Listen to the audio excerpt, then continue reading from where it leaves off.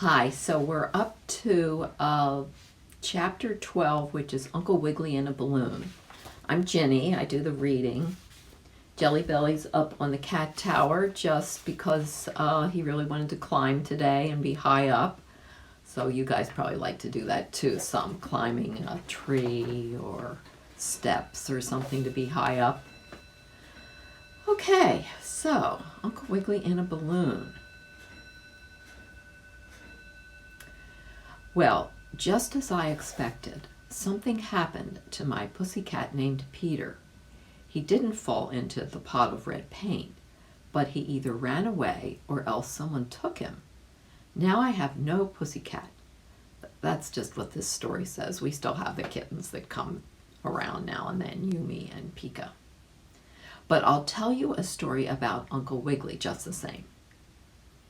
The old gentleman rabbit stayed with the monkey for several days, and he was so kind and good to the troublesome boys, Uncle Wiggily was, I mean, and he did such funny tricks for them that they didn't crawl under the tent anymore, and the monkey could do his tricks in peace and quietness.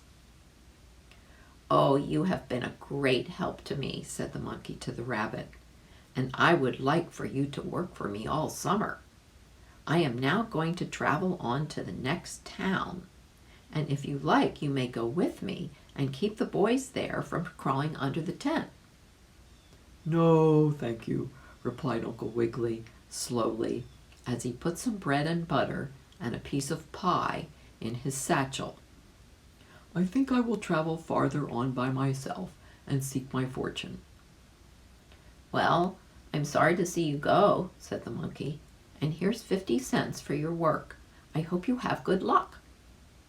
And then Uncle Wiggily started off again, over the fields and through the woods, seeking his fortune, while the monkey got ready to move his show on to the next town. Well, for some time nothing happened to the old gentleman rabbit. He walked on, and once he saw a little red ant trying to drag a piece of cake home for dinner. The cake was so big that the ant was having a dreadful time with it. But Uncle Wiggily took his left ear, you know how the rabbit ears are so tall, and just brushed that cake into the ant's house as easily as anything. "My, how strong and brave you are!" cried the little red ant. "Won't you let me get you a glass of water?" "I would like it," said the rabbit, "for it is quite warm today." Well, that ant got Uncle Wiggily a glass of water, but you know how it is. An ant's glass is so very, very, very, very small that it only holds about as much water as you could put on the point of a pin. And really, I'm not exaggerating one bit when I say that Uncle Wiggily drank 17,426 and a half ant glasses of water before he'd had enough. It took all the ants for a mile around to bring the water to him, but they did not mind because they really liked him. Then the old gentleman rabbit traveled on again, and when it came night, he slept under a haystack. "I'm sure I'll find my fortune today," thought Uncle Wiggily, as he got up and brushed the hayseed out of his ears the next morning. It was a bright, beautiful day, and he hadn't gone very far before he heard some fine music. "My, there must be a hand organ around here," he said to himself, "and perhaps there is another monkey. I'll watch out." So Uncle Wiggily stood on his hind legs, and the music played louder, and all of a sudden the rabbit looked down the road. There was a nice circus with the white tents all covered with flags, and bands playing, and elephants squirting water through their long noses over their backs to wash the dust off, and lions and tigers were roaring, and the horses were running, and a fat lady was drinking pink lemonade, and oh, it was wonderful. I've got 50 cents, and I guess I'll go to the circus, thought Uncle Wiggily. And he was just entering the big tent when he happened to see a man with a lot of red and green and yellow and pink balloons. Now, you would have thought that man would have been happy having so many balloons, but he wasn't. He looked very sad, that man did, and he was almost crying. Poor man, thought Uncle Wiggily. Perhaps he has no money to go to the circus. I'll give him mine. Here is 50 cents, Mr. Man, said the old gentleman rabbit kindly. Take it and go see the elephant eat peanuts. Oh, that is very good of you, spoke the balloon man. Oh, here comes Yumi. Yumi? But I don't want to go to the circus. I want to sell my balloons, but no one will buy them. Why not? Asked the rabbit. Oh, because there are so many other things to buy, said the man. I'll put my thing here and then you can see her better.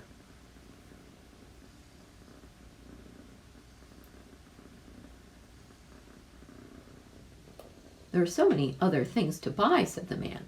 Red peanuts and lemonade in shells. Oh, no, I've got that wrong. Is it red lemonade then and peanuts in shells?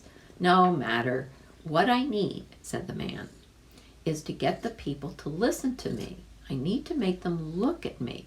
And when they see what fine balloons I have, they'll buy some.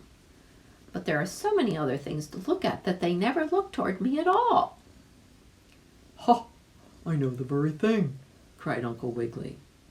You ought to have someone go up in a balloon. That would surprise the people like anything. Have you guys ever seen those hot air balloons in the sky over Charlottesville and the other counties with people in the baskets? They'd be sure to look at that, and they'd all run over here and buy your balloons. Yes, but who can I get to go up in a balloon? Asked the man. I will, cried Uncle Wiggily bravely. Perhaps I may find my fortune up in the sky, so I'll go up in a balloon. Well, the man thought that was fine. So he made a little basket for the rabbit to sit in, and he fastened the basket to a big red balloon. And then he took care of the rabbit's valise for him, while Uncle Wiggily got ready to go toward the clouds, taking only his crutch with him. When the man had everything fixed, and when the rabbit was sitting in the basket as easily as in a soft chair at home, the man cried, over here, everybody! Over here, people! A rabbit is going up in a balloon! A most wonderful sight! Over here! And then the man let go of the balloon, and Uncle Wiggily shot right up toward the sky. Only, of course, the man had a string fast to the balloon to pull it down again. Up and up went the balloon carrying Uncle Wiggily, up and up. And my, how surprised the people were! They rushed over and bought so many balloons that the man couldn't take in the money fast enough. And Uncle Wiggily stayed up there, high in the air, looking for his fortune. And then, all of a sudden, a bad boy with a bean shooter shot at the balloon, and bang! It burst with a big hole in it. Down came Uncle Wiggily, head over heels, bursted balloon, basket, crutch, and all. Oh, he'll be killed! He'll be killed! Cried all the people.